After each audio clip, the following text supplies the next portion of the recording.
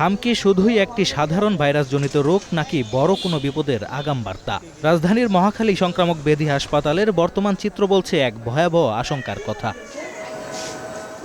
হাসপাতালটিতে এবছর 560 জন হামের রোগী এসেছে, যেখানে গত বছর পুরো সময় ছিল মাত্র 69 জন। হাম আক্রান্ত হয়ে চলতি বছর এখন পর্যন্ত অন্তত 38 শিশুর মৃত্যু হয়েছে। এর মধ্যে চলতি মাসেই মারা গেছে 32 শিশু।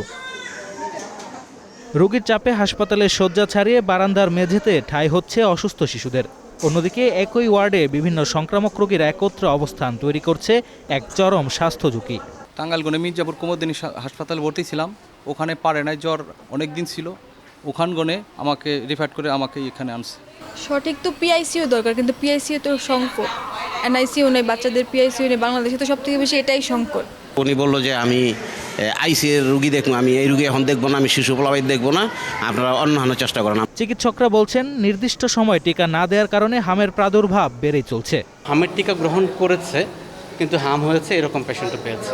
আবার এরকমও পেশেন্ট পেয়েছি যারা হামের টিকা গ্রহণ করার বয়স হয়েছিল কিন্তু টিকাটা গ্রহণ করেনি। হাসপাতাল কর্তৃপক্ষ বলছে হামের রোগীদের জন্য মাত্র 8টি শয্যা বরাদ্দ থাকলেও বর্তমানে রোগীর সংখ্যা কয়েক গুণ বেশি। সবকিছু শর্টেজ আছে, চিকিৎসকের শর্টেজ, ওষুধের শর্টেজ, ভেন্টিলেটর নাই, বাচ্চাদের ছোট বাচ্চাদের 6 বছরের নিচে বাচ্চাদের ভেন্টিলেটর সাপোর্ট আমাদের নেই, তারপরে নার্স নেই পর্যাপ্ত পরিমাণ, ফলে আমরা সমস্যায় আসছি। এদিকে গত 8 বছরে টিকা না দেয় হামের প্রাদুর্ভাব বেড়েছে বলে জানিয়েছেন স্বাস্থ্যমন্ত্রী। 18 সনে একটা ক্যাম্পিং হয়েছে, সেই এরপরে কোনো ক্যাম্পিং হয় নাই।